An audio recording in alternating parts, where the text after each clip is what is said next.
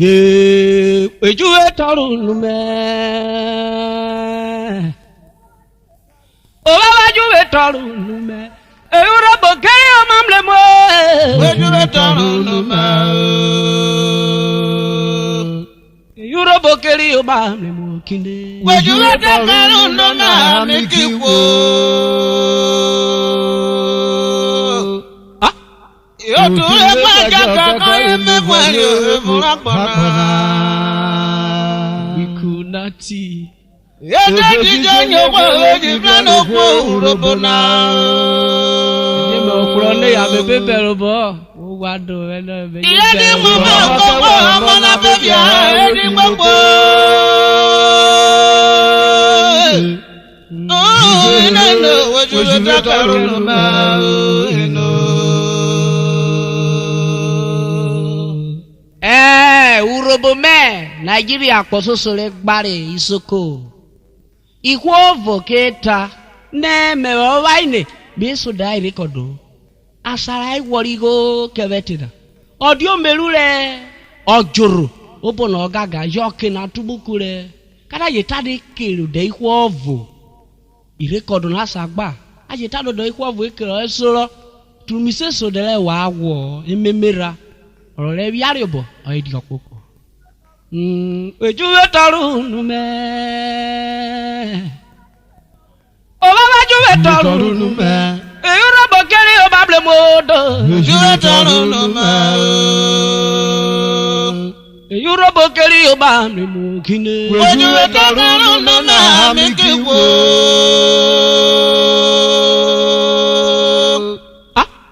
Yotule majaka kaya mefwayo murakbana.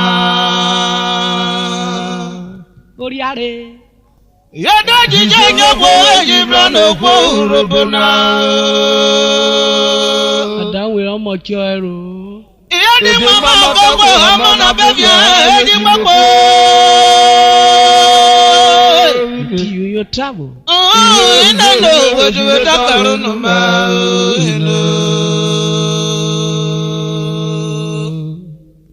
Onunde rumioswe ukoko rariebiye Friendship League International Ragbara Oyova ukoko nana ubora ruere ragbara urobo eje woyan baro oya ewo bobio ewo bo umiore munerabiyo we aya faki bubia o imbubia rurobo re gwono dafite yogede biko Yeru la pe yerere wo tugayo Ishayi yero pamlaye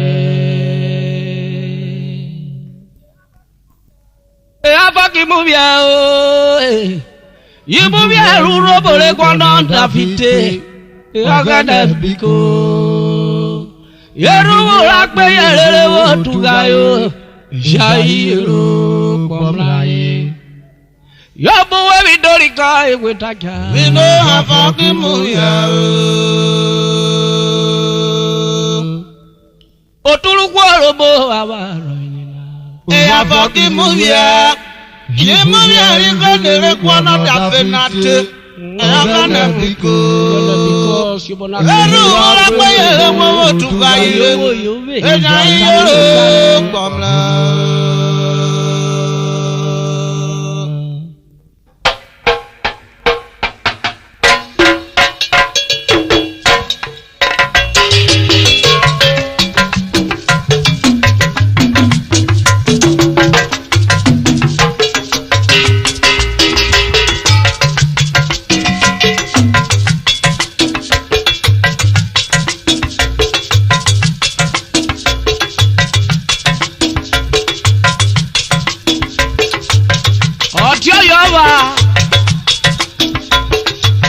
Okidi akparu kokona legite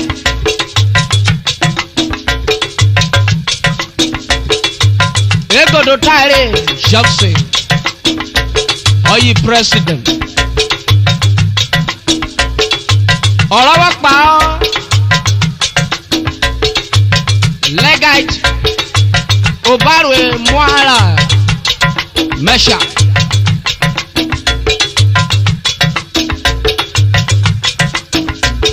Vice President. Orira Legite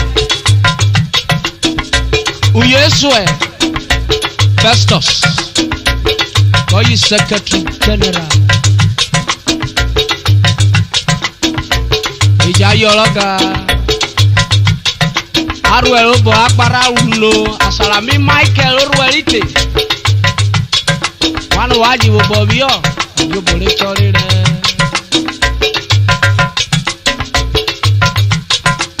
Ijayiro komlae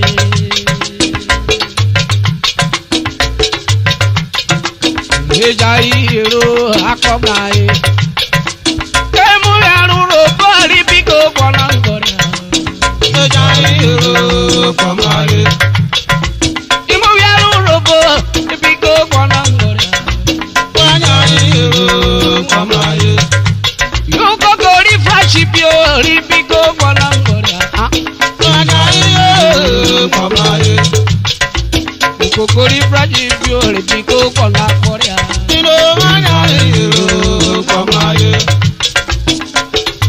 Odo eruru kokonana Ijayiro komlae Ukoko daya obaru body president igonu Ijayiro komlae Weluge aweluote Ijayiro komlae Oboru robo woyomio ekora epono Ijayiro komlae Oyorigo Ijayiro komlae Legite Ogegere Richard Ijayiro komlae Onindugo ebiko pona korea Ijayiro komlae Legite Osoro Biadia mise Ijayiro komlae Oyo tota Onindugo ebiko pona korea Ijayiro komlae Ijayiro komlae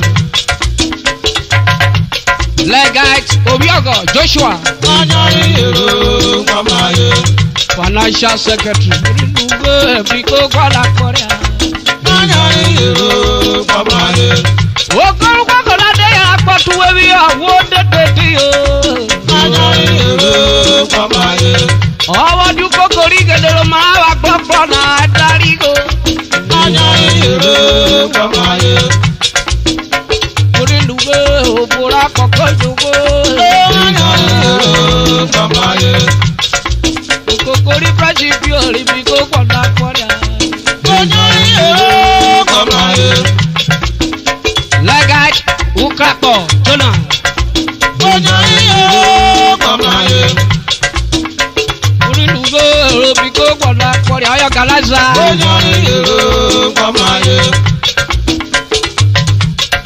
libiko kona korea Ijayiro komlae Wambo kwaluko kona devi ama awo dededi yo Ijayiro komlae Wenuge welenuge wori pada Ijayiro komlae Aye mabiari o agogori tiyaba Ijayiro komlae Okwaluko kona dadi boto iye kwikora kwa Ijayiro komlae Anadio tala tala tane urobo wo dededi yo Ijayiro komlae Wenuge bigo kwala moria Ijayiro komlae Wenuge bigo kwala korea Ijayiro komlae Ola bari kwali kaka ugwese bowu Ijayiro komlae Onindugo okirawa kobotubuku Ijayiro komlae Uka Iriworo Oyomosha me Ijayiro komlae Jogboru Koko League Friendship League International Mama Oyo Àwọn máa bò tó ọ kí a pé yẹra ọ̀wẹ̀ kó bí wọ́n rí yẹn náà. Bí kò kọ̀ náà kọ́rí à. Ijayiro komlae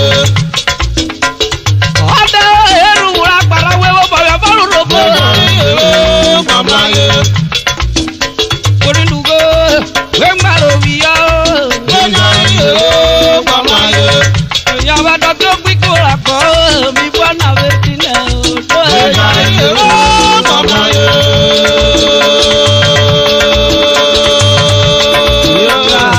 Nazi organization.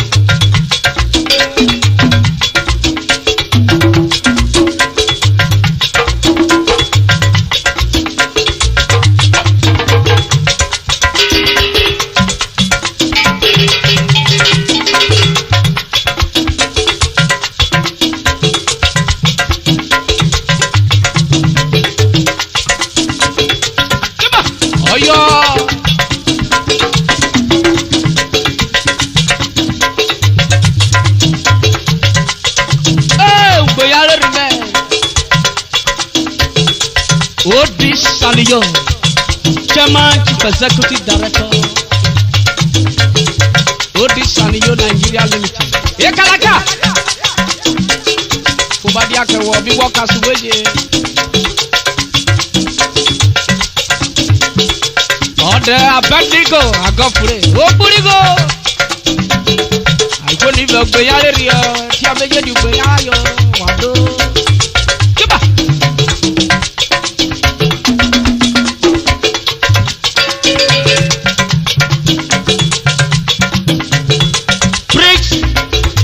Opugbo, use boje ti ogbe.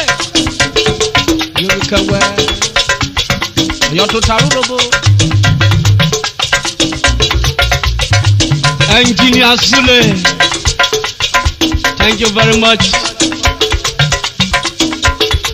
You contributed to the growth of Cornerstone Studio. I have respect for your cooperation. There are times I dwell into English language. Thank you very much.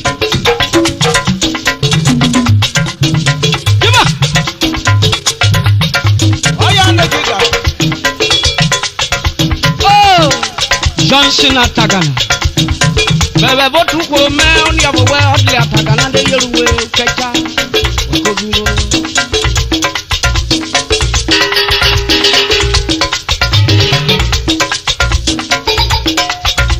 Oye bi odo ba kolerwa.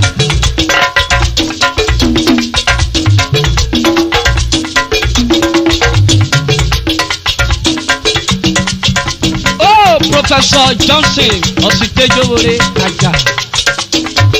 Obukoromio. Oyo. Iru ewurobo wowo bora oyambaro. King Oparibo. Awe bori pide asakpa ninyaka. Oyo. Koko ambubi agbaru eye. Bebo tuko meyi ayo ti akoye me wa to aparo puama.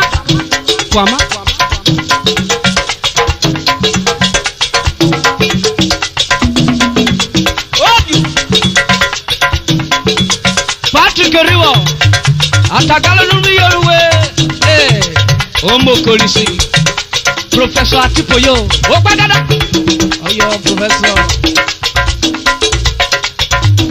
Anyu Polo Yadio Ukokori Sakosisti Ukokiri Dixon no Black Oda di Okidagba anu mi yelu koko nana Bijike yara sieburo Robo arwele urobo Dixon no Black Oyo Kidagba Alias Oberi Managing Director of Olos Bakery Emmanuel Obude Businessman Vice President Secretary Ode Mavis Secretary Mr. Joseph Adigbebuge Apaduo Ode Golden Club Ukokori Golden Club Agbara Ayi street name Ayi mode kokpe Agbara de yiwu keriyo Ikwa buke gwalole club yugo bi kasoro Ebi ko weju mi owowo Oni ido iti le weje gwagwo no mi owe Golden Club wa ko biro ayiru lo di kwa fare We kworo yan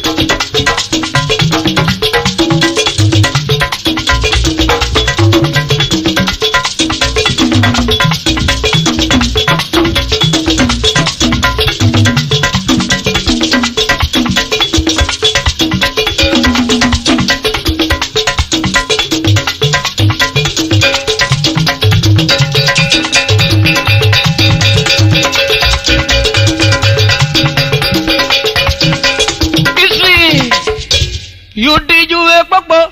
Udi Juvwe do beba mara budi do budi Juvwe Kpokpo. Udi na Juvwe Kpokpo. Thank you God. Thank you Father. Beba mara budi udi na Juvwe Kpokpo.